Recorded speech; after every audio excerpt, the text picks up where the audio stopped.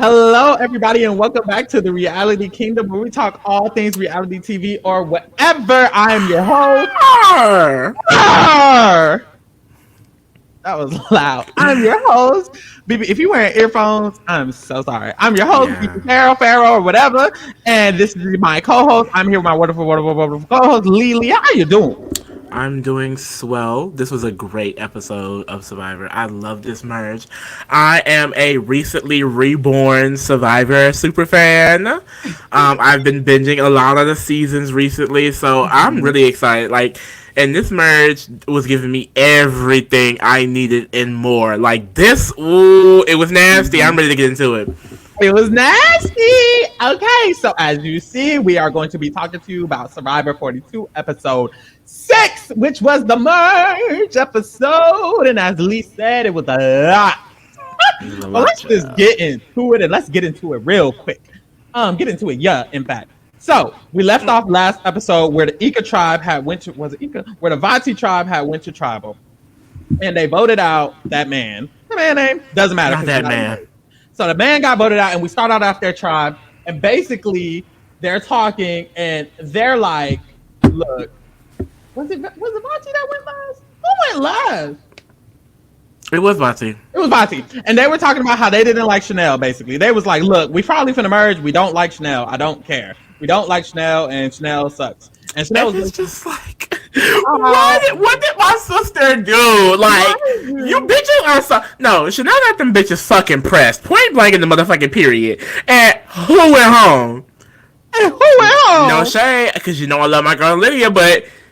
Y'all was trying to outcast my bitch, and who was the safest motherfucker on that vote? Girl, Miss Chaneliana, period. Like, oh, that's that Chanel Napalm.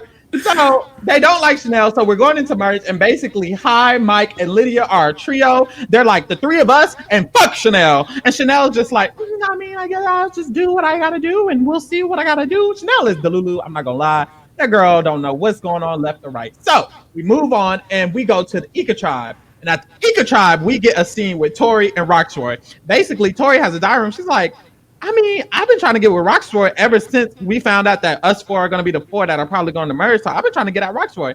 And then so we see Tori telling Rocksroy, so what happened at the summit that you went on? What happened? So Rocksroy gets a diary room. Rocksroy's like, damn, can she shut up? Rocksroy did not fuck with Tori at all. Like, he do not like that girl as much as most of the world, apparently. It's so crazy. But, like, he really do not trust this girl. Like, yeah, I just feel like, okay, Tori is not trustworthy, but Tori ain't worried about you, Rocks. Like, calm it down, babes. Calm it down, babes. So Tori has a diary room. She's like, honestly, I can't wait to merge because I'm not working with none of these girls. I'm not working with any of these girls. I'm ready to tell all their business and I don't give a damn. So basically, to set it up, Hi, Mike and Lydia are a trio on their tribe. They don't want to work with Chanel. Chanel barely does work with them. On this tribe, Rocksroy, Romeo, and Drea are a trio. They don't really want to work with Tori, and Tori don't really want to work with them. On the last tribe, they are a little bit more cohesive. There's turmoil, but it's never been said that they don't want to work with each other at the merge. But we do know that Marianne is kind of the least liked in that situation. Yeah. But in that tribe, it's never been stated that they don't want to work with each other, just to remind you. So, after that happens, we get to the challenge and we get to the merge. Jeffrey then brought back this dumb ass twist. And then the thing is, what pisses me off about this twist, right, is that Jeff tries to introduce it like it is just the newest thing on the motherfucking block. And, well, this time, they're going to get Applebee's. And this time, they'll get to choose. And we'll let them know that it's a power to change the game. And we'll drop all these hits to cover up that it's still a bullshit-ass twist. Literally. When Daniel went off on your ass last season... You should have learned your lesson. But now we're here. What's your cord a little bit? What's your cord a little bit? Because it's making noise. Oh. Now talk. Talk again. Hello? You're good. So, child, I don't know what Jeffrey think he's doing, but he's not doing the right thing that he needs to be doing because, babe, this hourglass twist was out. Like, we should have left this at the door. So basically, let me run y'all through it real quick because it's honestly some bullshit. Essentially, what happened is that the tribes are dismantled. After the tribes are dismantled, he's remantling the tribes into a motherfucking two separate new temporary tribes. So on one tribe, I should have wrote it down because I'm gonna have to do it by my head. God damn. Damn. So on one tribe, we have Chanel, Drea, Romeo, Omar, and Mike. Who? Chanel, Drea, Romeo, Omar, and Mike is one tribe, and then the other tribe is Hi, Jonathan, Marianne, Tori. Hi, Jonathan, Marianne, Tori, Child, and Lydia. Woo! And Lydia. So that's 5 and 5. The two people left out are Lindsay and Roxroy. So basically, they all do the challenge. The challenge isn't real. So what happens is that, of course, Jonathan's tribe with him, Marianne, Tori, Lydia, they are all safe because obviously Jonathan is on that tribe and High is on that tribe too. So they get safety. They have to then decide whether or not to send Roxroy or okay.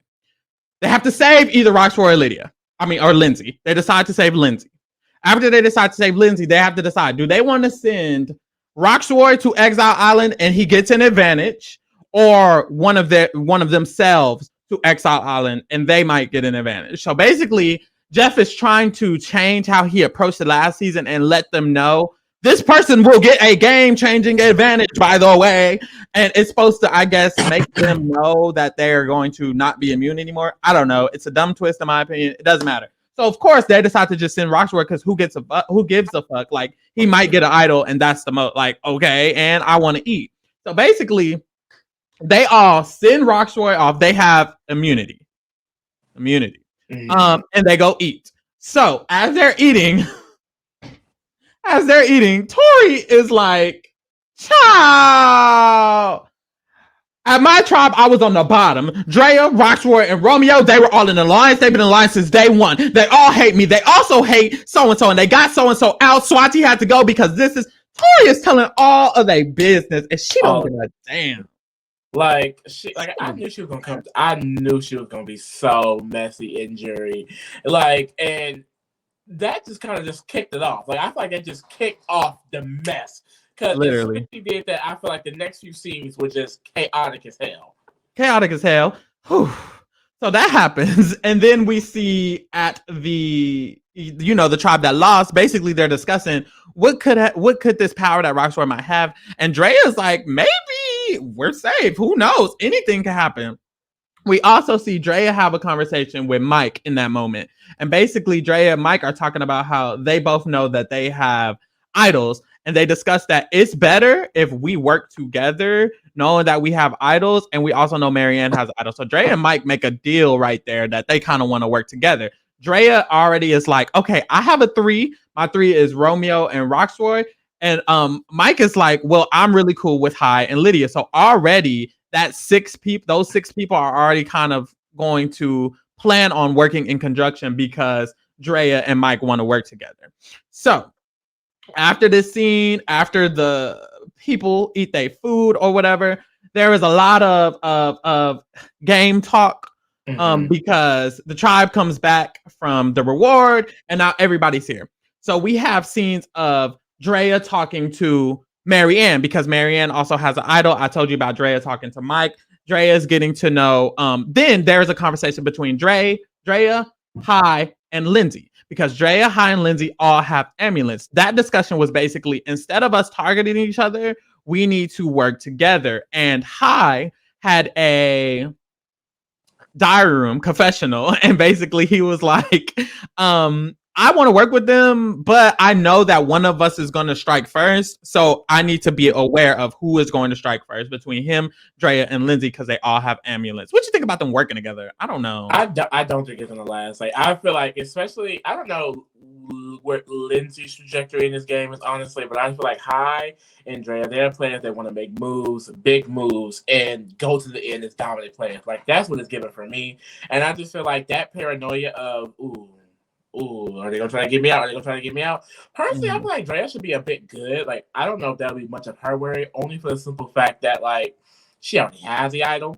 Like, she don't need to get them out of necessarily getting idol. You know what I mean? And honestly, like, I wouldn't be keeping either one of the bitches there because that's an extra vote, and then you all have to work together to use it. It's like, I feel like if you keep them in the game, the power can basically be useless. Literally. So, child, we see that High starts to have a confessional, and he starts to basically say, I need to get a gang together. I need to get my people together. High is basically like, I need to get a group of people together because I need to make sure that I'm good and I'm great. He has a confessional. He's like, honestly, people are going to be scared of Jonathan, but I want to work with Jonathan because I feel like Jonathan can be someone who can be a shield for me. Now, we kind of already know that Omar already kind of has Jonathan as a shield, but High is saying that he wants Jonathan to be his shield, which is interesting. I like the tribal lines are blurred down. Yeah. Like, it's very clear that no one is necessarily like sticking together. You would think like, the pairs that we were introduced to, Omar and Jonathan, Lydia and High, and Romeo and Drea would be sticking together. And even they don't seem to be, all up each other, especially clearly this episode, we'll get into it. But it's like, no, like the girls are not really. Well, the girls on Vati and Aika are not worried about their tribal allegiances. I feel like Omar is, and that's something we're also going to get into later, which I think is the smartest move, as we can see from this episode. But hey. I agree. So at this point, we kind of get High's perspective mostly because High is basically trying to, they edit it in the way that High is trying to make a majority alliance. So, and mind you, High is also one of he's the safest power player so far because Drea, Romeo, and Omar are all unsafe. Yes. So essentially, like Lee said, High is the strongest safe player in this moment because in this moment his tribe is safe. So, or his whatever. So High basically is like, okay, he's talking to Drea and Jonathan and a few other people, and they basically decide that on each tribe there's 3 people on each tribe who are basically locked in, and 1 person who is on the outs. So they essentially make a 9-person alliance, which they call it 8, but I'm gonna say 9 because it was fucking 9. So it was a 9-person. It was a 9-person alliance of the 3 power people of each alliance, which is Rocksroy, Romeo, and Drea, like we mentioned earlier, and then Mike, High, and Chanel. No, Mike, High, and Lydia. I'm sorry. And then Lindsay, Jonathan, and Omar. That's the 9. So basically, they're excluding Chanel, Tori, and Marianne. So essentially, which I just want to say is very misogynoir. And I will also say racism. Period. I don't care. You said what the fuck you said. Period. So essentially, Tori, Marianne, and Chanel are on the bottom of the tribe because essentially that 9 is just going to work together and just vote each of them out. Mind you, it's their own tribe members who are saying their names. Basically, their own tribe members are like, well, Tori's on the bottom of our tribe, and then Jonathan's like, well, Marianne's on the bottom of mine. And my initial thought is, are you going to go to final 9 with all of these power players? I mean, I think it's revealed later on that's not the case, but it's just like the fact that was the initial agreement. I think it's very clear, like how I mentioned, since High was the safest power player, he was the only one feeling comfortable to be as active. It was very clear when the roles were reversed with this stupid ass twist. People's agenda started to come more into play. Yes. So at this moment within that group, High is clearly in the best position of that group because High and Drea end up having a lot of conversations that day, and they are pretty close. High and Romeo also have a heart-to-heart. And basically in that heart-to-heart, Romeo is talking about his sexuality and struggles with it and the LGBT community and et cetera, et cetera. So Hai has a good relationship with Romeo too, and then Omar is talking to Hai and Romeo in a threesome kind of situation. So it's clear that Hai really does have a lot of insulation within that initial 9 group, and so it's kind of seen as Hai's, Hai's power structure in that situation.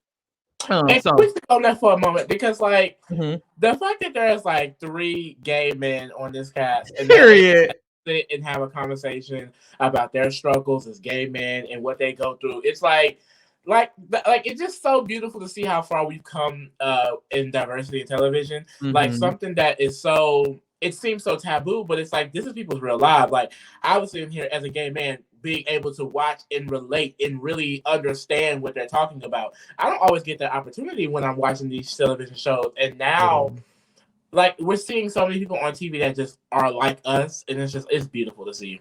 Yes. Just seeing the people in the merge, the fact that Mary Ann and Chanel are on the outs, but there's still 2 black players in that big alliance is crazy because usually it doesn't happen like that where there's even enough different diversity for there to be minorities in the power alliance and minorities outside of it now. Yeah. It's usually they're just all outside of it. But now it's like High's at the top of the kind of game in this moment. Romeo later on, Omar later on, Drea's in a great position. We don't. Marianne's still here. It's just a lot of diversity. And this is a big difference. Like I said, I've been binging Survivor, and trust me, it's a lot of caucasity. And I don't mind the caucasity. I'm here for the gameplay, but it is nice to see a lot of people who I can personally relate to on a personal level. Like I can sit here and like really relate to their struggles and what they're talking about. Like it's just beautiful. Yes. Oh, so um we see that High's kind of in the center of that situation, and they all are kind of essentially saying Tori got to go, Chanel got to go, and Marianne got to go. At that moment, the only one of them that isn't safe is Chanel. So it's looking like it's Chanel. High really wants Chanel to go, while Drea really wants Tori to go, but Tori's safe at that moment. So they're kind of just like, well, I guess it's going to be Chanel. So it's looking bad for Chanel. Then we go to the individual immunity challenge, and Roxroy comes back and he has a decision that he had made.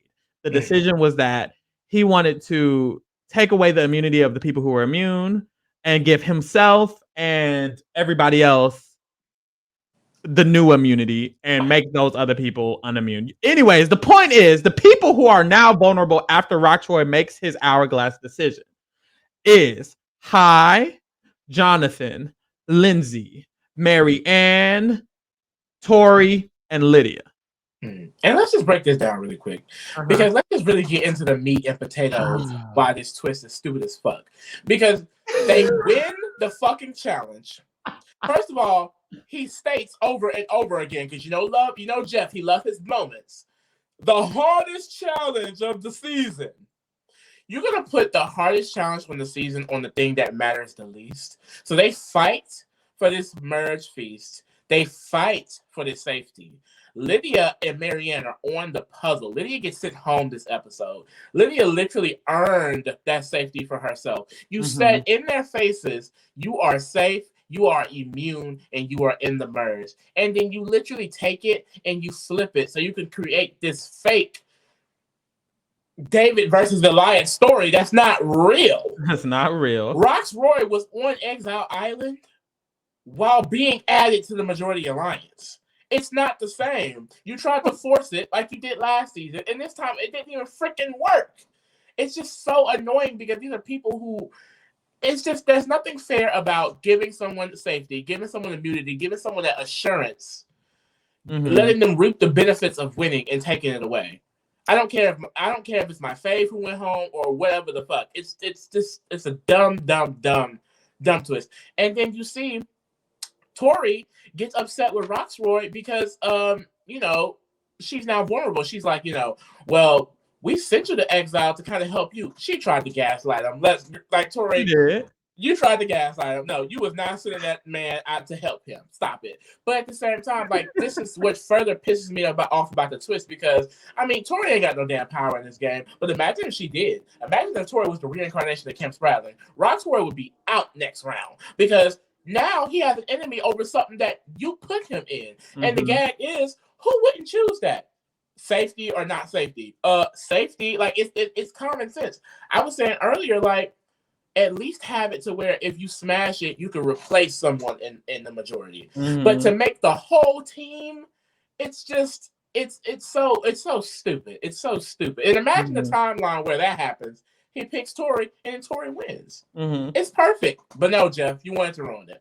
You want it to be fucking weird. And you know what? I'm pissed off because Jeff and others, Jeff and friends, have been on some bullshit in the last couple of Survivor seasons. What the fuck was the edge of extinction? How is somebody allowed to return to the game at top 6 and win? And then win? I was looking at the voting chart of Edge of Extinction the other day. It's a 9-week blank. That man didn't vote but 2 times. And this man won. Child, the twists have been not it, Jeff. I don't know if you need to call Tyler Perry again or if you need to call Sia, but it can't be the calls that you've been taking. Jeff. Call me, Jeff. Please. I got a few twists. A few. A good few. A list, even. This man is a child. So the Dumbass Twist Alliance has... Russell is evil.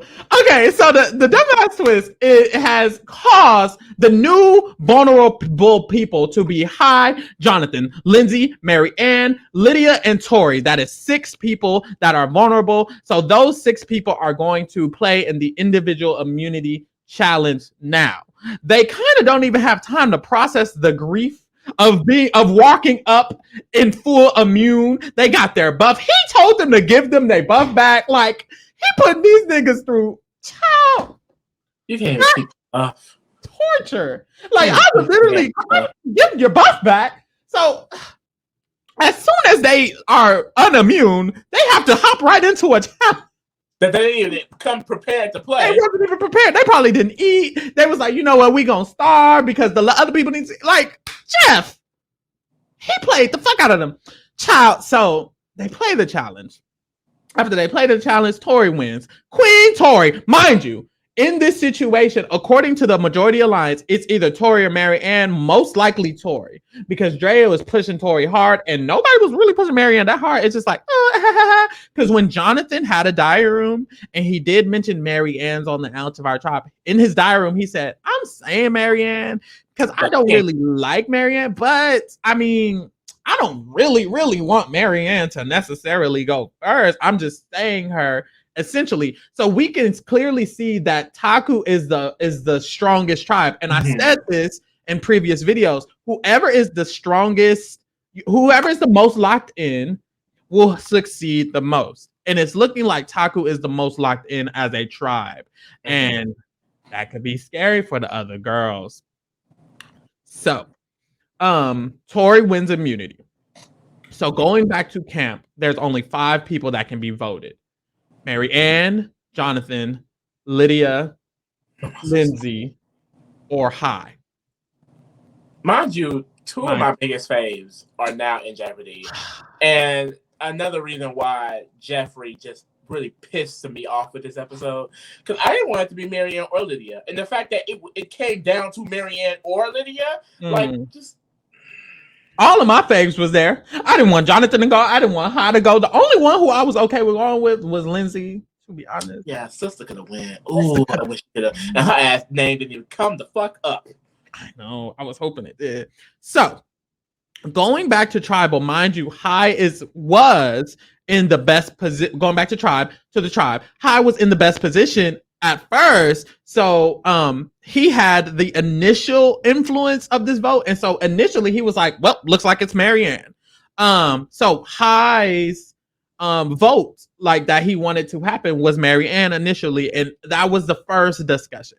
At first people were like, it should be Mary Ann. Then we see something interesting. Now, you know, all of these people who used to be not safe are now safe. So what we see is Romeo is having a conversation with Drea. I don't even know who he's talking to, but Romeo's having a conversation with someone. And basically he's like, Jonathan can go. Like, I wasn't safe at first, but now that I'm safe, Jonathan can definitely go. It's funny how it goes because Romeo has a diary room. He's like, yeah, I wasn't safe and now I'm safe, so Jonathan can go. So he spread that agenda, and that's what got Miss Lydia caught the fuck up because she was one of the people who drank that Kool-Aid, and she started dropping Jonathan's name. So Romeo started spreading that agenda. That agenda got around, and as Lee said, Lydia caught on to that agenda. And Lydia started spreading that word. And mind you, they're all supposed to be in the big 9. Well, they say 8, but basically a 9-person alliance. The big 3 from each. So the fact that Romeo and Lydia, who are supposed to be in it, are like, we should go after Jonathan. It's like, well, I thought we had an alliance. Basically, it's like kind of getting spread that, Jonathan's going to be a threat and da-da-da-da. Lydia has a diary room, and basically Lydia's like, I feel like I'm a little bit nervous, and if it has to be Jonathan, I know I'm part of this alliance, but if it has to be Jonathan, I would rather be Jonathan than me. And so we see Lydia talking to Omar, and basically Lydia is like, I mean, it might have to be Jonathan. So Omar has a diary room, and he's like, I don't have a vote this round, so I'm just gonna stand back and I'm just gonna listen and just let everything happen. That's my initial reaction. And then in the diary room, he's like, wait a minute. I can't let Jonathan go home, and I can't let Marianne go home either. So what's gonna happen? Because they're not going home. They're gonna be good. They're not going home because Omar is safe. Omar is safe now. Omar's not at risk. He's like, wait. Nobody from Taku can go. Period. And then you notice the shift because at first it was High. So High created the lines. He was the center of it because it was his power group. So when the line shifted, now Romeo is pushing his agenda. Omar is pushing his agenda. And High kind of has to sit back and it's like, well, if y'all keep me safe, well, if my sister gotta go, she might gotta go this time. And we're going to go deeper into that too, because I don't think that was a smart decision. But it's really interesting to see because Omar clearly has his own agenda, and I think it came out on top. So basically, Omar is like, look, because I'm immune, I have influence. And what I'm going to do is I'm not going to allow one of my people to go home. So if it can't be, that's the thing. All of his people are in danger. Omar is the only one who his entire power structure is in danger because Lindsay, Marianne, and Jonathan are in danger. Their all names are being said. He has a good relationship with High. Tori's immune. Who else is left but Lydia? But the good thing is Lydia just said Jonathan's name. So what Omar does is he starts telling people. He starts telling the Ika tribe first because the Ika tribe wasn't Lydia's tribe. He starts telling Ika tribe, look, it might have to be Lydia because she's already trying to turn on the big majority alliance that's not even going to stay together. But she's already trying to turn on it. So he's using this, we're in this big majority alliance, and she's turning on it to kind of influence the vote. I think everybody knows that doesn't really matter. But if a name is said in Survivor, it's kind of like, well, I mean, that's a reason. And so he gave a reason. Then what I found interesting, he went straight to High and Mike. Oh, yeah. And he said, I don't know, guys. Like, I know these people are threats, but Lydia's already trying to turn on the alliance. Maybe we shouldn't vote out Marianne. We should just vote out Lydia. And I was shocked. I was like, is this smart for him? I thought it was very smart. It seemed like it was he didn't get any. I just thought he was going to get some type of backlash. It wasn't like that. High reacted in a different way, but it was just, it wasn't like, it didn't seem like he got any backlash from that at all. I really enjoyed how he did that because he went to everybody else first. Everybody else kind of agreed to it. Then he went to the two people who would be the most hurt by it and was honest that he said it. So if it ever got around that he was saying this, it wouldn't be like, he's going behind her back. They know he was saying this. He said it to them. I thought it was really, really smart. And it made me like, wow, I want to look at Omar like really closely because that was smart to me, in my opinion. So High has a diary room after that conversation. And he's looking like a deer in headlights when Omar says this. And know that High is really the strongest player that is not immune. But he has a confessional and he's like, I don't want this to happen. I'm going to have to do something about this. So he actually tries to get it back on Marianne because he doesn't want Jonathan to go because he thinks Jonathan could be his shield. So he's trying to get it back on Marianne. And then we see Omar telling Marianne, you might have to play your idol, girl. You honestly, It's dirty. It's getting dirty. So literally going into the vote, it's like if Jonathan goes, Romeo did it. If Marianne goes, Kai did it. And if Lydia goes, Omar did Homer it. did It's it. like, who's Period. on top? Who's the best gay? The gays are gay. Who's the best gay? Who's the top bitch in charge? Who's the head bitch in charge? Who's Literally the on top tonight? Okay. Yes. So we literally go into tribal like that. We're going to tribal, and it's like whoever's target goes home, that's who we know is going to get the highest damn score this damn round. So we get to the motherfucking vote. Baby. First of all, I'm going to just tell y'all, Lydia go home. My sister, that's misogynoir. So, and I will stand by it. First of all, y'all, my bitch couldn't even make merge. Like, Jeff is so goddamn annoying. Bring it back to 20, make it 13 people. Because if my fave's going to go home like this, I'm not going to deal with it. So, Lydia gets voted out with the majority of the votes. The votes are all over the place. I'm going to try to read them if I can find them. Okay. So, Chanel and Lydia voted Jonathan. Romeo. I'm struggling.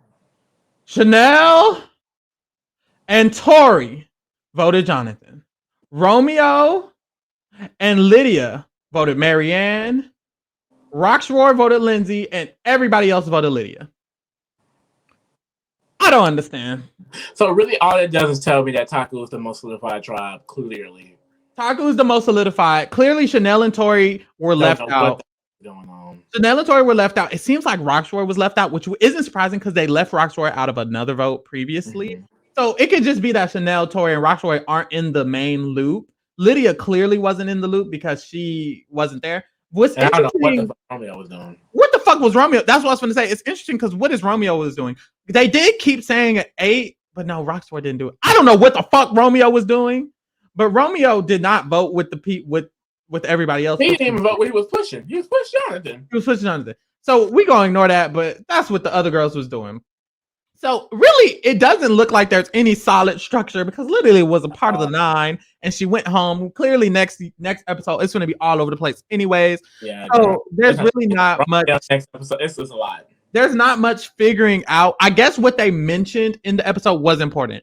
So the relationships they mentioned was Mike and Jonathan, that they are bros, and that those as bros they want to stick together, have each other back. They mentioned that it didn't matter this episode, so it's going to matter in the future. I would say they did mention Hai wants Jonathan as a shield. I think that's important. They mentioned that Taku kind of wants to stay together. That's important. That was really the main thing. Drea and Mike wants to stay together, and that the amulet trio want to stay together. Those I want to say were the main things that were pushed in this episode. So those are things to look out, kind of visualize it in that way a little bit. But other than that, without further skittle-do, Lee, you got anything else to say before we hop into the rating? No, girl, let's hop into it. Let's hop into it. So so cute. It is cute. So, on the top. It is a purple tribe. It is a purple tribe. On the top, we have the old tribes or whatever. Before the merge happened, this is how they were rated last week or whatever. Lydia's out. My sister. So that's how we rated them last week. We can just quickly see, like, it's interesting. The head honchos of each tribe was the head honchos of the episode. Yep. Period. So we were definitely spot on with that. We were definitely spot on with that. You know what, girl? I'm just gonna organize it in order from the highest to the lowest. So this is what our rankings were going into merge. Overall. This is what our rankings were. Sorry, I gotta do some shit for it to happen. Okay, boom. So this was the order. Oh, this was a good order. We are so smart. Anyways, this was the order. Yeah, this is nice. It is nice. Let me get this out the way. This was the order of how we had the girls in the last before going into merge. So we have Romeo at the top. We have Romeo had the highest average, which is interesting. Romeo and Omar were tied actually, which is interesting. I will say Omar went to one less tribal council than Yeah. Romeo did, and that High did, but it's still. I do think definitely if you were in your right mind, you would have put Omar higher and he would be higher. But clearly, Look, I disagree. I do think Omar is clearly the front runners as of now. I do think he was a really good player. I think Romeo did really good too. But it's just honestly on their tribes with what had occurred. For example, Omar, we only got one tribal. The other two, everybody else, we got two tribals. So it was harder to rate Omar in that situation. But it doesn't matter. What happened was we had the girls, the gays, at the front as they were, and they really proved in this episode that they were the better strategist of this episode, and they were the ones who were making things happen mostly in this episode. Drea was very, very important. I feel like Drea was the fourth best in this episode, in my opinion. I think Jonathan, I honestly think this order is damn near accurate. Yeah, definitely. It gets honestly, yeah, I do think it is. Yeah, it's like literally just look at our order. That's the order of damn near fruition. I would put Marianne higher. She was just in a really bad position. Just a bit higher. Maybe switch Chanel and Marianne. Roy. Yes, it's like switch Chanel and Marianne. That works. Then that works. Like it's about damn near close. We did a good job. So you can see the previous one as we rate the current one. So we are going to talk about Lydia as an overall player because our sister is finally out. What do you think of Lydia? So I definitely do love Lydia, but like I said, we really didn't get to see that strategic mind that she could have had. It did look like she was getting her footing really, really well. She was in that majority alliance. I do think she sipped the Kool-Aid of Romeo. She started spilling names. It didn't make any sense. Why would you tell Jonathan's name to Omar? Like, okay, yeah, the tribal lines are a bit blurred, but you're just gonna tell him straight to his face like that, girl? Yeah, she got straight to his face like that. Two of his old tribe mates. She said Marianne and Omar, so it's like, yeah, girl, I do have to give her a 3 based on that alone, because it's like that's what sent you home, and it's like you can say his name, but to the man he's on the tribe with, like it just, girl, that was not smart at all. That was not smart at all. It's bullshit because she's only going home because of so you know what? Give my sister a 4. Okay. Because she's only going home because of that bullshit ad. Like she won that challenge fair and fucking square. But I do have to dock a point for telling the man his number one ally of the game is a danger and you want him to go home. Like, girl, you was giving him a reason. Yeah. Lydia went to 3 tribal councils. I don't think she did good in any of the 3. I'm not gonna lie. I'm not gonna lie. The first one, it was an uphill battle for my sister. She almost went home the first one. She did not get the social capital. She didn't get the votes. She didn't get the alliances. The first one, and the second one, she was in the majority, but okay. And she wasn't running. It was always High running. And the third one, High, who was her closest ally, didn't even save her. And I will say, this is what's interesting. I will say, it seemed like High put in a lot of work to earn Lydia's loyalty. According to the edit, we didn't see Lydia necessarily claiming High's loyalty at all. We always saw High saying, "Yeah, Lydia's my girl. I got Lydia." Lydia never put in that energy. So High not saving her, yes, it was shocking. Honestly, it was shocking. But also, when you think about it, she never stated how hard she was rocking for him. She didn't do much strategy. I don't know how to explain it, but like, what was she gonna do for him other than vote with him? A vote is very major, but I just feel like she didn't put in enough effort to show that she was anything helpful for his game at all. Like, she didn't. If she had put in a little bit, I do think High would have probably put in a little bit more. He had already put in all this work to stop her from going home, but she barely even did anything about that. Like, I don't know. So I'm gonna have to give my girl I'll give her a 3.5. I will. It doesn't matter because guess what? Lydia's gonna come back for a Game Changers 2, Second Chance 2, Blood vs. Water 2. I don't know about coming back. One of those seasons she's gonna come back and she's gonna win. Point blank in the mother. I think Lydia could come back if they got the merge boot of every season. and that's the only way I. You're a mad ass bitch. Continue. Mm-hmm. So the first person on the list is Chanel. Girl, it's bad for Chanel. Chanel, girl. Chanel, so, okay, no, because Chanel, why you got these bitches pressed down like this? I feel so bad for Chanel because my sister is at the booty hole bottom of this freaking trial. And it's so crazy because I feel like we picked her first in the draft. Like we was like, we are rocking with Chanel. And honestly, she hasn't necessarily disappointed me because she's still a very major character of the show. And that's all I asked for from my faves to go in and play the game that you need to play. But it's just like, girl, like she is going to be fighting from the bottom the rest of the season. But I do think it's going to be an interesting arc. And honestly, earlier, while we were talking, I thought of something, right? So get this, right? So I just felt like, honestly, the hourglass, you know how the hourglass benefited Erica and she ended up winning. I feel like the season, like the hourglass really didn't benefit Roxroy. I feel like it benefited Chanel because Chanel was going home. Now imagine with all this turmoil, all this mess, she doesn't get targeted, right? And she still has that perception of, well, she's playing this game hard. She's working these groups hard. She's making these alliances and things like this. Like we can't trust her perception type. And she gets to that end. She wins the game. Could she pull out a win like Erica? Like it's giving. Like I don't know. Could she be the beneficiary of that? You know, of the hourglass season? I don't know. It would be. It would be a beautiful story arc. This like I would love to see that for Chanel. But it's definitely going to be an uphill battle. She is really, really low on the totem pole. So as of right now, I'm going to have to give her a 3. She is 2 seconds up out the door. I do think that she has some outs. I think her best bet is to link up with Tori, to link up with Mary Ann.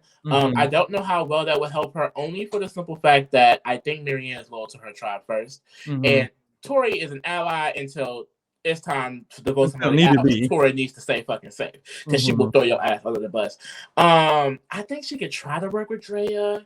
I think she could. I think I was saying to Farrell earlier, like she could go to High, beg for his loyalty, and maybe you know have a duo with him. But honestly, he'll probably never trust her the way she would need. It's like it's gonna be hard for her to really get there, but really I do see a path where she kind of isn't looked at because everybody else is. And if she could, start making a little bit moves in the end game, maybe she could go out and win.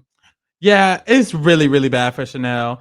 I also think Chanel played this round very badly. She went in and she's having conversations with Omar, and she didn't even tell Omar don't got to vote. Omar done found out that he don't got to vote, and he's like, Chanel didn't tell me? What? They were dragging her name through the mud. High was like, Chanel cannot be trusted. Mike was like, fuck that Chanel girl. They were dragging Chanel through the ground, through the dirt, through the bus. She was going home if she did not get that hourglass flipped for her. Like Lee said, it was really bad for her. I don't think she even played it right. Like she one thing that is good is that she's aware she's on the bottom. That's very important because her knowing that she's probably going to be voted next round can help her, do something about it. And she is proven to be active. It's just her activity is not always the best, but even being active in general is good. But I just feel like it was really bad for her, and I feel like it's just going to be such a hard trek. But I have I have hope in her ability to possibly do something. And with Survivor, I feel like it's such a fluid game, and especially this season. This season already is going to be very fluid, and I know it. So I'm going to give her a 3 instead of the 2.5 that she probably deserves, because of the fluidity of what it is, and because of the fact that I think she might be able to wiggle her way to some places. The next is Drea. Drea is in a very good position, in a winner position. If Drea can play her position right, she can win the game because 100%. She has an amulet and an amulet coalition, like they have a deal. She has her idol and an idol coalition with Mike. She also talks to Mary Ann about sticking together because they have idols. She already has, and she has an extra vote. She has the most advantages in the game, and she's in a very good position because within this group that was formed, it was formed basically with her being in damn near every conversation. Every time they showed the conversation, it was like High and her there. Yeah, which was very good point. which was very interesting because clearly she's one of the most trusted people. There was a scene where they were like showing just social interactions, and the scene they chose was Drea having a social interaction with some of the people, and they were like, "Yeah, everyone's just being so social," and we see Drea kicking with the girls. So it's giving. Drea played this around really, really good, and I also am proud because Drea didn't push a narrative, but what happened was good for Drea. Wasn't bad for Drea. Her numbers didn't get touched. Her numbers did not get touched. So I feel like it was a good round for her. And I think she's in a good position. And I think even if at this point things shake up, Drea could come out on the other side very good. If someone gets targeted, it might be High before her. It could be Jonathan. They can find out Omar's trying to run shit. Romeo was doing a lot. Tori's still a target. Chanel's still a target. Mary Ann's a target. That's everybody in the cast except Lindsay. And Lindsay can't win. So honestly, Drea might be in the best position in the cast and might have one of the best strategic, minds, because it was interesting. I thought Drea would be more aggressive. She took a back seat. And the fact that she took a back seat made me feel like, And you know what? It's interesting because she was kind of taking a back seat to Romeo, even though she was doing her own thing. She allowed Romeo to just, okay. You make the decision, and whether that was purposeful, accidental, or whatever, it's good because if all of these other people are going to be these major threats, and Drea's going to be a threat, but underneath them, that's really, really good. I'm like, now that I'm talking it out. No, I see a very, very, very bright path for her in this game. Like I noticed that too. Like it felt. At least I guess that's what the edit showed when she first got out there. She was so excited to play. She seemed like she wanted to come out there and make those big moves. She was kind of rubbing the people on her tribe the wrong way. I was like, I feel scared for her going to America. I was like, does she keep that energy? And I feel like she's just so stoic. Like the way she like sits at tribal and answer questions and just speak in conversation. It's very. It's just like you can just smell this is a very intelligent woman, and I feel like if she's able to get to that final 3, she'll be able to explain herself well, be able to detail out her game and pinpoint. She will be a great winner. Like I really see Drea winning this season. I would love for her to do it because it's just I don't know. She just presents herself in this way that's just like, yeah, I'm that. My bitch got. My girl got 3 advantages in the game. Like she has some of the best social connections. I feel like Farrell mentioned, I there are so many people who are going to be ahead of her. Now the only thing is the transparency of Survivor could get her in trouble. People do know about the idol. They also know about the amulet. They also know about some people even know about the extra vote. So it's like if all of this gets out. That could be dangerous. However, as of now, and how I saw her attitude, she is set up really, really well. And if she's able to continue this very calm and just stoic and just very game centered and focused, personality going forward, I think she could really, really take it home. So I'm gonna give her a 6.5. 6.5? Yeah. This is gonna be crazy. You were finna gag out of your ass. I'm gonna give Drea a 9. Period. Period. No, hey. I'm giving a 9. And listen, I will say with Survivor, I like being very hesitant and very middle ground with the ratings because next episode, Drea could go home. Oh my God. So what I'm trying to do is based on this episode, because baby, we don't know what's going on. They edit the show and everything. Based off this episode, she was a 9. Even like her path to the win, if she gets to the win, she's a 9. I'm giving her a 9 and I'm sticking to it. Period. I'm sticking to it. That was amazing. How do you feel about High? So, so at the beginning of this episode, when he was safe, the safety that he rightfully earned, that Jeffrey stole, he was doing really, really well. He literally set up an alliance that was perfect for him. He had Omar and Jonathan on one end there trying to come in and work with him. He has the coalition with Lindsay, the Amulet Coalition. And then he also has Drea on the other end with Romeo. So it's like he was kind of in the center of this power group because he was the safe one, as we saw. So when that flipped, we saw a different High. We saw a High that was kind of like, well, I'm gonna scramble to try to get what I want, but at the end of the day, it's my safety before anyone. And I feel like he did succumb to this. We saw that he did end up eventually going for Lydia to go. And personally, I don't think it was smart. I just feel like someone who was so willing to go to rocks for her, someone who kept going into marriage saying, "Well, me and Lydia are a pair. I don't know how you, but me and Lydia are pairs." Then to go to vote her out. I mean, she's not even on a jury. She can't even vote for you if you were to get the final three. I just don't think that's smart, especially in a situation where you don't like Chanel, you want her out, and now you have damn near no numbers. Drea could still round up Roxanne and Romeo. Omar has all of his tribe, and you have Mike. Mike has an idol, but I don't know. The positive about High is that clearly his social game is fantastic. I don't see him being targeted. Lydia going could also be a positive for him. He now has no distinctive pair. I was kind of hesitant about him being so honest about it, but now she's gone. So he's clearly a very game focused person. He's someone who, when has that power and has that security, is able to make moves. I do feel like once he's able to find his footing coming up, he's going to be in a great position. I don't really see his name coming up, honestly. So I'm gonna give him a 6. Okay. I feel like it would be higher, but I don't feel okay with Lydia going home. I do feel like Lydia going home was very bad for him because in a situation where you have power players like Romeo and Drea kind of tag teaming it out, keeping their numbers, you have Omar literally keeping all of his previous tribe safe, and you're losing the person when Chanel don't even like y'all. It's not good. It's not good. I agree. I think this was a good performance, but a bad outcome for High. I do think he set it up to where Marianne should have been going home. He just didn't account for the fact that Omar wasn't going to let that happen. I think that Lydia going home was kind of like, it sucks, and I think it was bad for Omar, for High, but he pushed for it to not happen.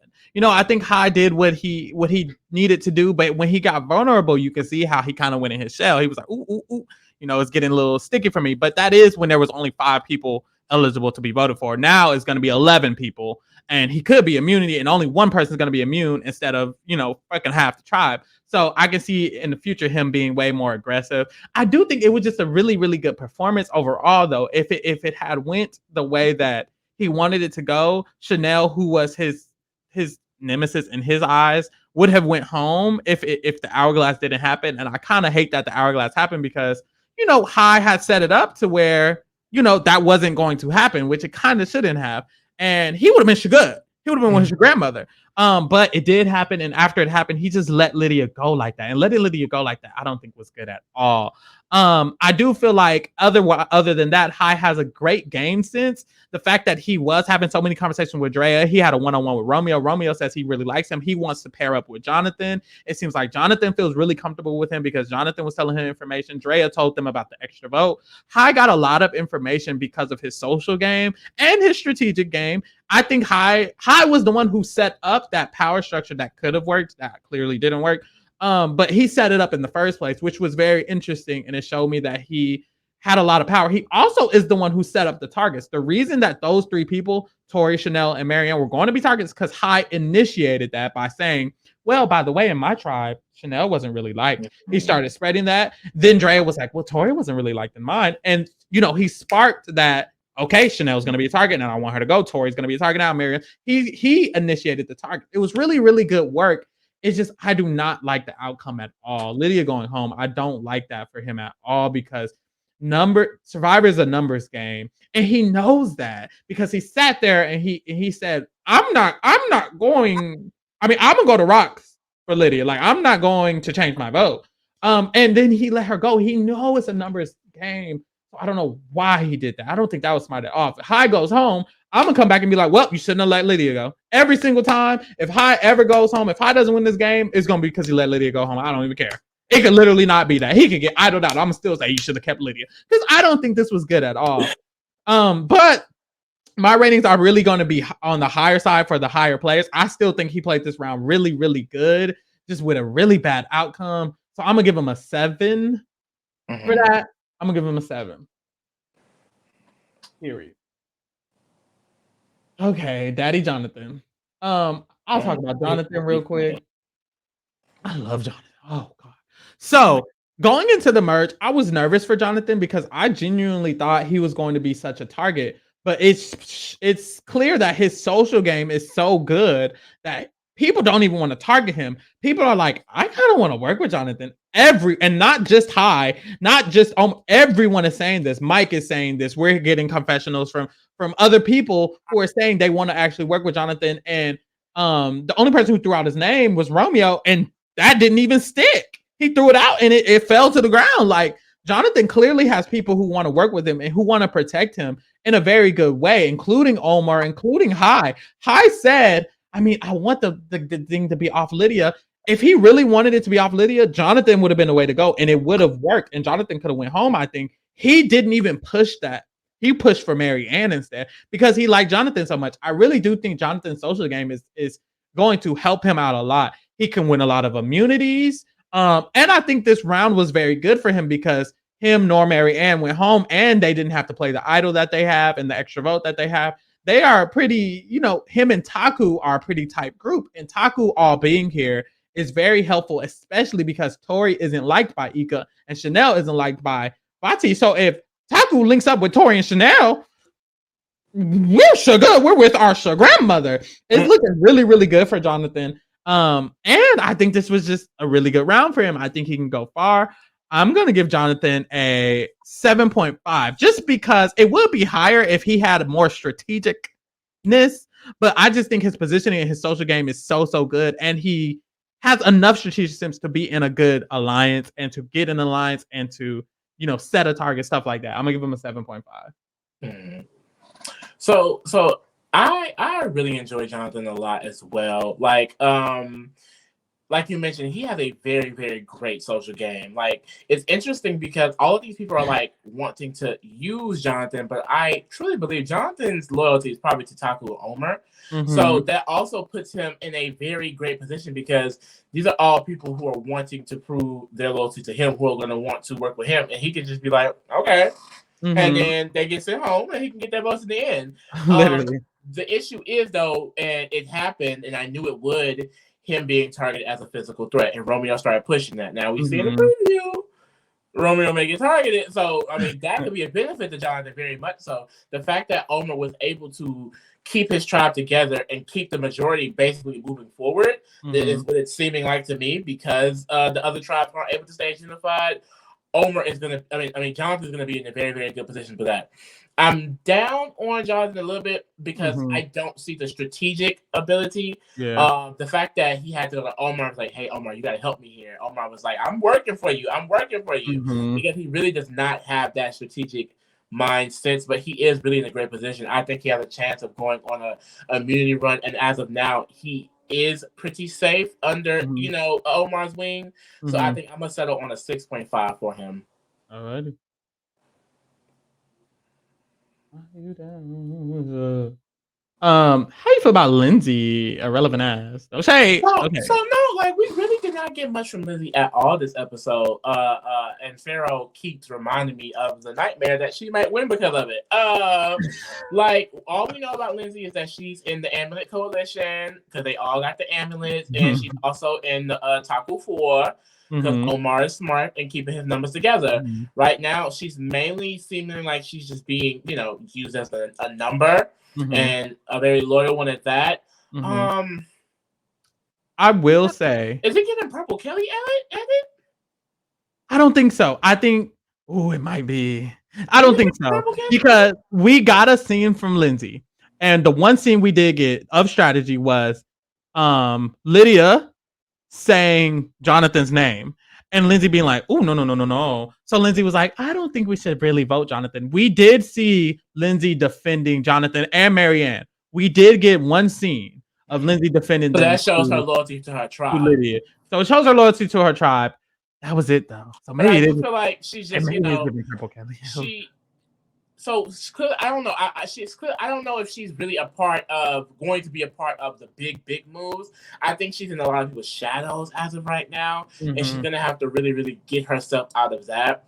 So I'm gonna settle at a 6 for Lindsay. I feel like she's pretty safe. I don't think anyone's gonna retouch her for now. I think as the game moves forward, I'll definitely be higher up on her because if she is behind these bigger targets and the game shuts out towards the end, where it's people like her, who like Romeo or Tor, I don't know. She could be next to some people that she could potentially beat. I agree. I think I'm also gonna give her a 6. I just think it's clear she has like a plan. It's clear she wants to go with Taku strong. This was a good round for Taku. She did get included in that group, even though she wasn't like mainly involved and it wasn't showing at her as a power player in that at all. But she is with the Amulet Coalition. She has good things, nothing negative to really say, and I don't think she'll be targeted. So it's a 6. Really, not much else to say. My girl Marianne.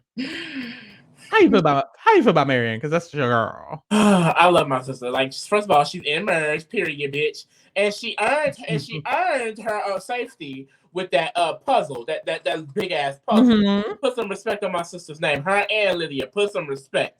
So Marianne, like, she is just a treat. She is going into merge. She will, I will say, be voting for the winner, but she's likely going to win. So, I mean, like, I will say, I am starting to see more of a path for Marianne. I do think her being with who I see as objectively the strongest player in the game right now is very good for her. Omar has mentioned how he wants to keep her advantages in the game. So she is just as valuable as those advantages, and they are very, very valuable. I think it's very good for her. She does seem to have the ability to be able to go out and make those connections and make those bonds with people. But my fear for her is that she still is seen as just this early target, someone that we could easily just say, she can go. I do think, let's say, Taku was able to keep the majority, then it's a different story. Because if, let's say, Omar gets knocked out, Jonathan gets knocked out, what are we saying here? She uses how she saves herself. There is definitely a path for her somewhere. And I just, honestly, I don't care if she wins. I just want to see her in those final 3 seats. And I'm seeing how she could potentially get there. I don't think she'll necessarily be seen as a threat. The only thing that is kind of threatening is the idol. But if it ends up getting used, then is she at a threat at all anymore? I don't think so. And I do think eventually it will get used. So, I don't know. A 4.5. I'll give her a 4.5 because, like I said, I saw a lot of promise in her gameplay this episode. Like, she definitely, something I wish I saw more for Lydia, which I honestly was hoping to see. Like, she got on that beach, she was having a lot of personal conversations, personal talks, really seeming like someone who can be worked with and can be used moving forward, which is really, really smart because she is so, and she mentioned that she's aware of what she's doing too. That a lot of people come in this game and they do this and they're not aware that they're doing it. They're just talking to people. She's aware that she's doing it and she knows where her loyalties lies because she also mentioned, like, they saying Jonathan, I mean, I don't want to blow him out, but if it's me and him, then he gotta go. Like, point blank period. And like, I love that about her. And I want to see her go far. I'm rooting for her. I really am. Yeah, it was really interesting because we got a montage of Marianne. We got a Marianne montage of Marianne talking to Mike, them kind of creating a deal. Marianne talking to Drea, them kind of creating a deal. Marianne talking to Tori. It was like a montage of Marianne having conversations and kind of making deals with people. Which I thought she was going home though. I know, but it's interesting they included it and she didn't go home. It's interesting they included that she has these little montage like things. I don't think it's bad for her because even when it comes to the people who are let's say that group of people stuck together, it's gonna be Chanel and Tori before it's Marianne, and at that point, it's for Taku strong, and then what? Like, you know what I'm saying? Taku is everybody in Taku has an advantage at this point because they are the strongest core or whatever. So I do think that's helpful for her. She does have an idol. She does have an extra vote, and I don't think people dislike her. I also think Drea wants to work with the people with idols. And Drea might be a good power player to have on your side. It seems like Mike wants to work with her because Mike had a conversation with her. So if the people with idols are working together and Taku's working together, who working against her? So I do think it's really good for Marianne. I really do. I don't think it's a scary trajectory. The only scary thing is that she almost got voted out, but that was because there was only 5 people eligible. Yeah. And that's the thing. And that's the issue with tribes in the first place. Players like Chanel and Tori and Marianne, they don't really have a chance. So in this situation, you were still putting them in that scenario where it's only you and a few other people. And a tribe with 11 people, is Marianne a threat? No. So that's really great for her right now. And I'm gonna give her a 5 because of that. I think it's good for her. I think there's hope for her. I'm really excited to see the trajectory that Marianne goes, honestly. I can't wait. I can't wait. I think it's gonna be great. Yes. So, Mike, Mike is interesting. Mike got a lot of interesting segments. He had a segment with Drea. That seemed very important. Where they placed it, how they extended it. It did seem important that Drea and Mike are going to work together because they have idols, and they talked about Marianne a little bit, but the main one was Drea and Mike. That also sparked the big group coming together this episode. Yeah. And that's important because Mike was a part of that. Mike had a conversation with Jonathan that they were sure to show. You know, they really showed that conversation, and that was interesting because if Mike and Jonathan have each other's back, then he has a Taku on his side. He has Drea on his side. I can see Drea going to bat for Mike. I can really see Drea like wanting to stick with Mike because Mike seems like someone Drea can beat. I'm not gonna lie. And if Drea has to choose someone to go to the end with, she's not gonna choose Romeo. I don't think. I think, I can see Mike finding duos all over the place because he already has High because Lydia's gone. He might have Drea because Drea might not want to go with Romeo. And he might have Jonathan because Jonathan really seems like he wants to stick with this dude because they have similar paths. I like Mike's like options at this point. I also think this was bad for Mike. I don't think Lydia going was good for Mike. And Mike's strategic sense is not there. The only reason he has these bonds is because Drea went to him and because Jonathan's big. Like, it wasn't strategy behind it, and that's where he's lacking, and that's very important in Survivor. Especially even like, let's say it's not important. Let's say he gets to the end without it. People are going to want to vote for a strategist. This is a strategist filled game. Everyone is a strategist. So Mike making it to the end, it's going to be hard if he's not strategy oriented. So I do think it's going to be hard for him to win. But I think he's in a really good position. He has an idol. He has allies, it seems like. I don't think people are going to target him. I wouldn't target him. No shade. So honestly, I'm going to have to give him a 6.5 because of that. I really do think so. I think Mike is definitely in that lengthy position to where there's so much other stuff is going on, but they are in the majority of it. And when the numbers start moving, someone like Mike, someone like Lindsay is someone that people are going to want to go to and pick up. Like you said, those two conversations were definitely mentioned for a reason. And he set up to where a lot of people are just going to be targeted in front of him. Like, he doesn't seem that threatening. I don't think he's going to be someone looked on as, can he win this game? I'm not sure, like you said, I'm not sure if he can win the game either. The good thing about Mike right now is that he also has the idol, and he also is very close to High. High is a very smart player. He's a very aware player, and he's a very strategic-oriented player.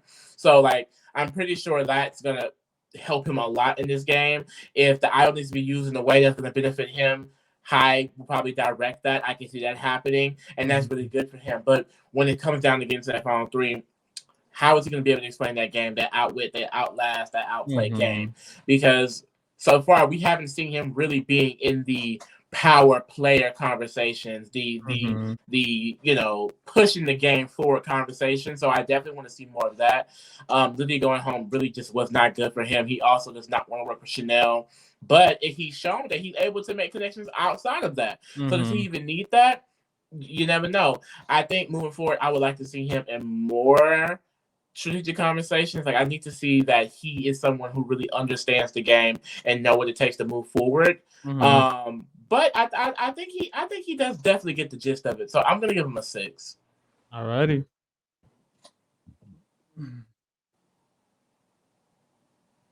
And on to the all-star of the episode, the It Girl. King. How you feeling about Omar? Like, okay, basically, like I said, I manifested. As you can look up, as you can see, I gave Omar the highest score, an 8. And guess what? I'm going to give it to him again. Period. +1. A 9. Omar 8. This episode down. Like, he was as soon as he had that conversation with Lydia, and he slipped in his mind was like, well, now Lydia has to go. The fact that I feel like at least it was edited that way.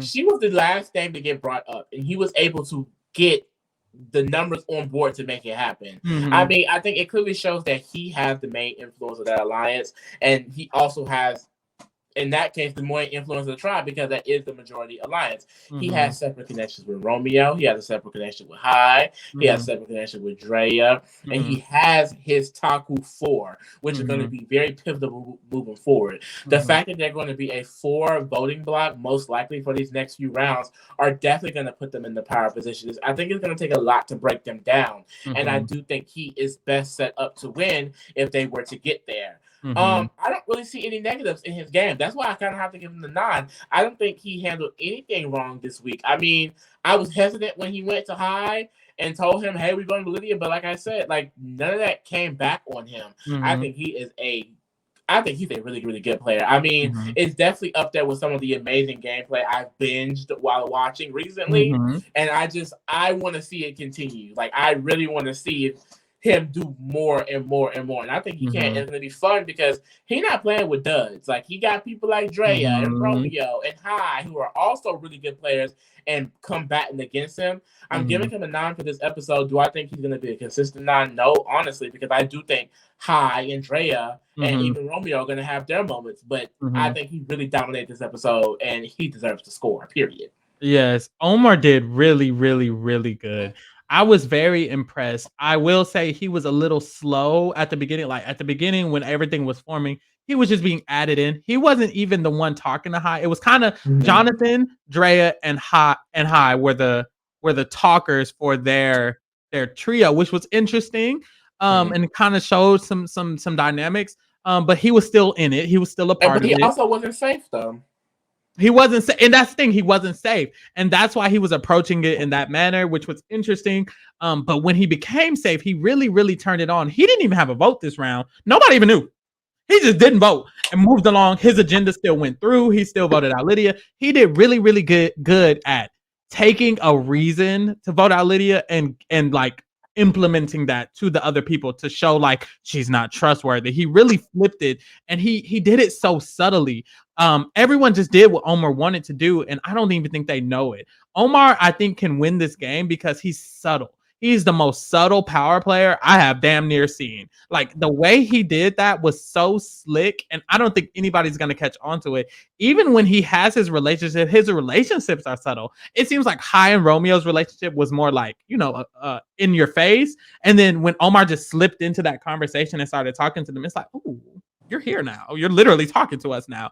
It's like Omar was really just subtly there. He's just behind the scenes. And I think that type of gameplay can win the season because all the power players are going to get out. They're not going to see Omar.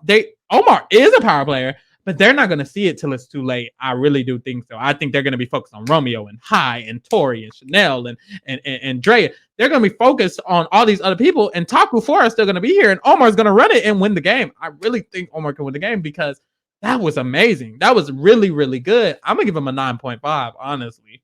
Ooh, It's hard to get a 10, baby. I have some edits I have to make because I was looking at the That list. is something. I don't like this final list. Can we change? I need Drea to be a 7, Okay. and then I need High to be a 6.5. Alrighty. It's getting a little too cute for you. It's a little crazy. Alrighty. So many people too close together. Yes. Okay. So Roxboy, girl, honestly, I don't even know what to say. No offense, but Roxboy was not in the loop in his tribe. He wasn't even in the loop in this tribe. He doesn't even know he was added to this majority alliance. Technically, they kept calling it an 8. I wouldn't be surprised if it was called an 8 and not a 9 because Roxboy wasn't really in it. Roxboy didn't know about this vote, and I think everyone else did, other than Tori, Chanel, and Marianne. And if you're the only one, Dre and Romeo love leaving him out of votes, so. yes, and it's like you're one of the only people who were left out of this vote. I don't think anyone really wants to work with Rockstar, and I don't think they necessarily will. And I don't think Rockstar has the strategic mindset to do it. But I will say I think Rockstar won't be looked at as a target for a while. He might just sit there. The difference between Mike Lindsay and Rockstar is that Mike and Lindsay actually have people wanting to work with them, actually have like a side, actually has a group. I don't think Rockstar really has a group. I don't see Drea riding hard for Rockstar. She might, because she did mention him a lot, but I don't see her riding hard for him because he doesn't really provide much for her. You know what I'm saying? I don't see Romeo riding hard for him either, and Tori don't even like him. So it's like I don't see it for Roxroy at all. He wasn't a target, and I don't think he's going to be a target, but I don't think he's going to win the game either. And his gameplay just isn't there. Nothing about his gameplay was good this episode. You know, like he hit the guy. He hit the hourglass. He did.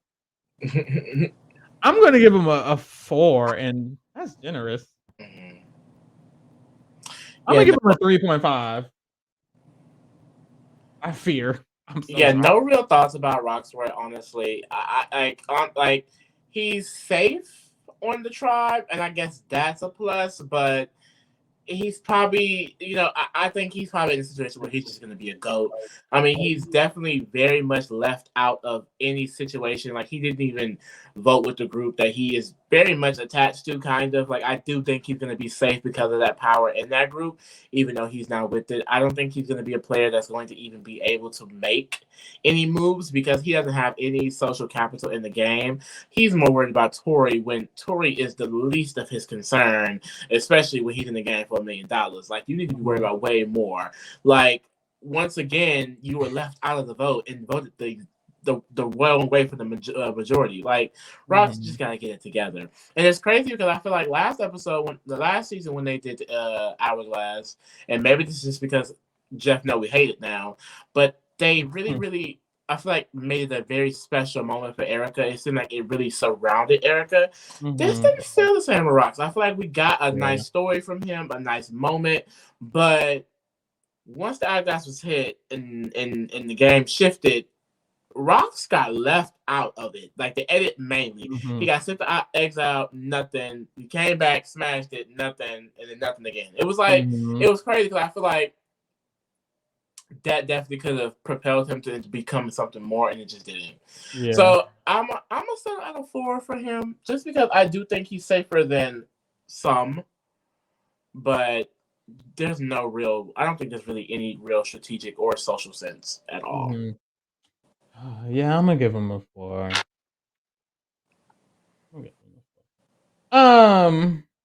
Romeo is an interesting one. I feel like with Romeo, he started off this episode and he wasn't safe, so he was kind of quiet. But when he got his safety, we saw similarly to Omar, he was like, "Wait, I want what I want to happen," which was he wanted to target Jonathan.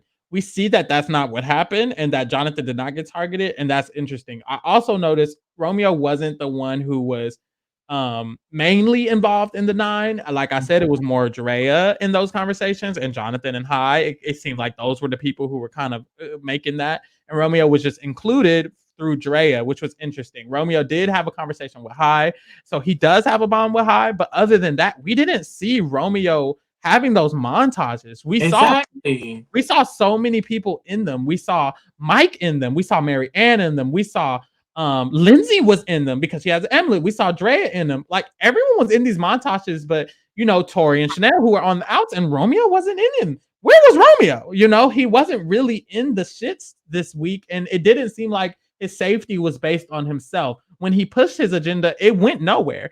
Even Mary Ann was the more likely thing to happen, and Hai didn't even have safety no more, and that was still more likely for that to happen than Jonathan. That was not going to happen, and the fact that he didn't know that wasn't even going to happen kind of shows something, because we know that nobody really wants Jonathan out. So for him to even say that, it was like, oh, girl, no one's thinking that. You're the only one thinking that. Like, Jonathan is a threat, but Romeo had zero influence when it came to that. That did not catch hard at all. Lydia just said it just because she was like, well, it can't be me. She didn't even want to do it. She was like, well, I'm in this alliance with Jonathan, but I mean, I don't want it to be me. So it's like, that wasn't good, but we know he has a strategic sense. And we know that of the people this episode who had any influence, he was one of them. He did have the influence. It wasn't Dre who said the name, it was him. I just feel like when it comes to the social part, I don't see it according to this episode. All I saw was the Hai relationship, and I know he's close with Drea. And that was it. But both of those are those are players who are okay with not being loyal. I really feel Drea wanted to go with Tori and Swati, if you remember. Yeah. Like, Drea is not the loyalist person. Hai just let Lydia go. your relationships are with two people who aren't the most loyal. So I'm nervous about Romeo. Plus, I saw the previews and it Yeah. was like da da da da da. So I don't know, but he did. It was a good episode because he did get what he wanted. No one on his side got voted out. Lydia got voted out, which he didn't get what he wanted, but he Well, did. He I mean, did. that's because of Hourglass, though. They were all safe because Hourglass is a Yeah. community. So I'm gonna give him a 6.5. Mm-hmm. I am. He doesn't have. I know he doesn't have an advantage or anything, and he was a part of the situation, but he was less embedded than some of these people. Even people like Lindsay has the amulet to help her have allies. Mike has the idol to help him have those allies. Romeo doesn't really have anything, Mm-hmm. but he's smart and he's a strategic player, and I still have hope for him in the game. But Mm-hmm. we'll see. We will But see. that's and this is like honestly like for me it's like I'm really disappointed at Romeo. Like at first I didn't see it for Mhm. him, and then I started seeing it for him, Mhm. and I don't see it for him again. Like honestly, like this is kind of Romeo I thought I would kind of see prior to the season. I think he was Mhm. obviously able to get himself in a good position on the small tribe, but I think on a bigger tribe, he really Mhm. isn't able to find his footing as clearly. I Mhm. think for me, it was very clear that it's going to be Romeo versus Omar versus High in the Mhm. merge. And I think it's just very clear that Romeo just falls to the bottom of that three. I think it's just very Mhm. it's very evident that obviously when there are other power players in the room, he kind of takes the back seat. I think Drea lapped him this episode, strategically Mhm. wise and definitely socially wise. Like you mentioned, we didn't get any of those montages. We don't have any idea who he's close with outside of Drea. And we saw in the preview, Mhm. Drea ready to sell his ass down the road, apparently, unless that Reddit is different. Personally, and I have no idea because the episode has not been shown to us yet, but I don't think Drea's going to let him go. If she does, her score will also be going lower because there's no point on you to be letting your closest ally Sure. this early in the merge. But it's just very clear that he is not able to position himself in a safe position moving forward, and that's really Mhm. dangerous with Game of Survivor because once your name get out there, it's over. He's a Mhm. strategic player, but my thing about him is that if you don't have that social capital, does it matter? It Mhm. doesn't. So I'm gonna need to see way more work from him. Mhm. Maybe stop outcasting Tori and talk to her. The gag is though he does talk Oop. to Tori a lot. He does. He had a moment with Tori, so maybe he can rally outsiders. I do think Mhm. he sees someone if his name gets said, he's gonna rally. He's going to Yeah. try and put out his influence. We'll really get to see him shine. So Mhm. I do think it's not over for him at all, but Mhm. he gonna have to, I think on Ica it was cute. They was winning for a minute. It was a Mhm. really easy dynamic. He was able Mhm. to make it eat, but on this merge, it's a lot going on, and he really has to figure out where he fits. Mhm. So I'm gonna give him a 6. Alrighty. Lastly is but not least is Tori. How you feel about Tori? So the girls hate Tori. I really don't They know do. why. I haven't tried to get into to look into it, but I don't hate Tori based on Survivor. I'm only based Tori on Survivor. I'm laying on that.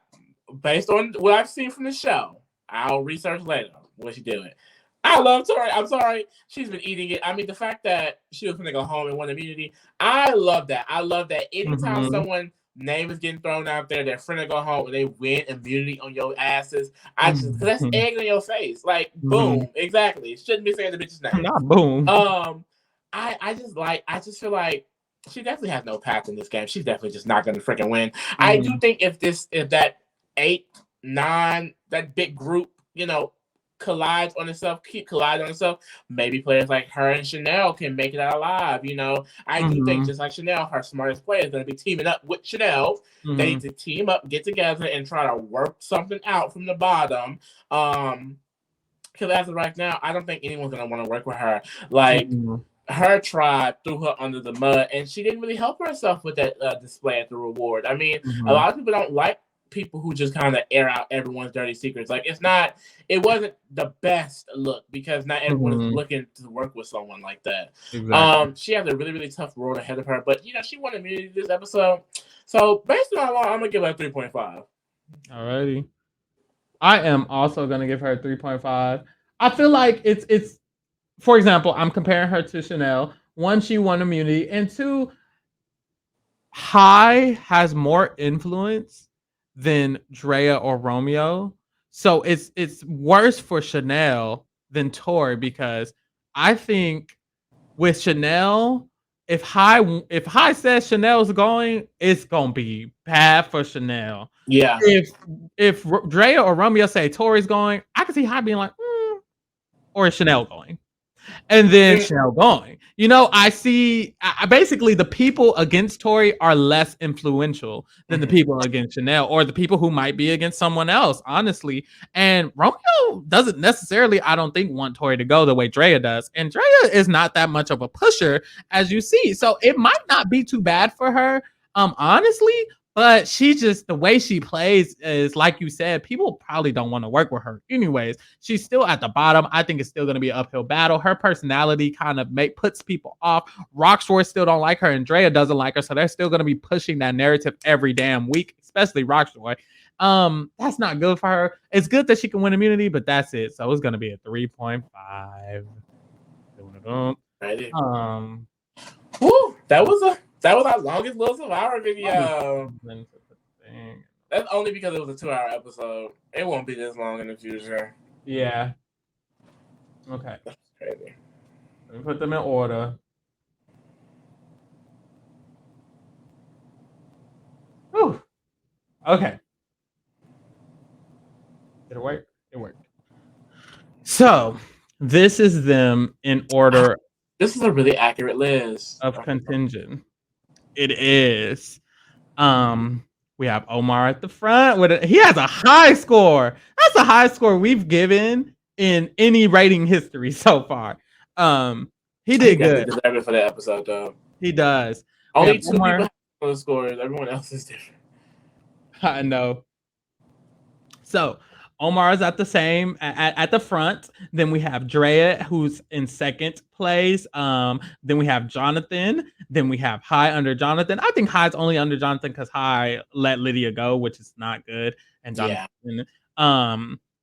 Then we have Mike. Mike and Romeo are tied. I can see switching Romeo and putting him a little bit above Mike. Romeo has a little bit better sense. Then we have Lindsay in the middle, and then we have Marianne, who's looking bad, Rockford, and Tori and Chanel. This is a really good list. The only thing is Romeo and Mike switch, but they have the exact same score. Both have a 6.25. So I think it's about what? I think that's about right. Very cute. Lastly, we can look at our drafts. Where I'm losing. Oh, losing bad. I still only got like 2 people. That's crazy. Yeah. I have 4 people left. Lee has only lost 2 people. My 4 people are literally the 3 gays, which are running the game. So Omar, High, and Romeo. So that is good for me. And I have Chanel, and Chanel could be a sneak win. I could see Chanel being a sneak win. Like you said, Chanel has a good story if she does win. And then, girl, you got everybody else. So, child. Yeah, it looks like it's both. I don't know. That's that on that. This was a fun one. This was fun. This was a long episode. Whew. Long episode, child. Ciao. So, thank you guys for watching. Check us out next week where we'll be covering the next episode of Survivor 42. Also, check out our BB Canada podcast, our X on the Beach podcast, and we will be covering other reality TV shows coming soon. Make sure you follow us at T Reality Kingdom to keep up with all of the things we will be doing or whatever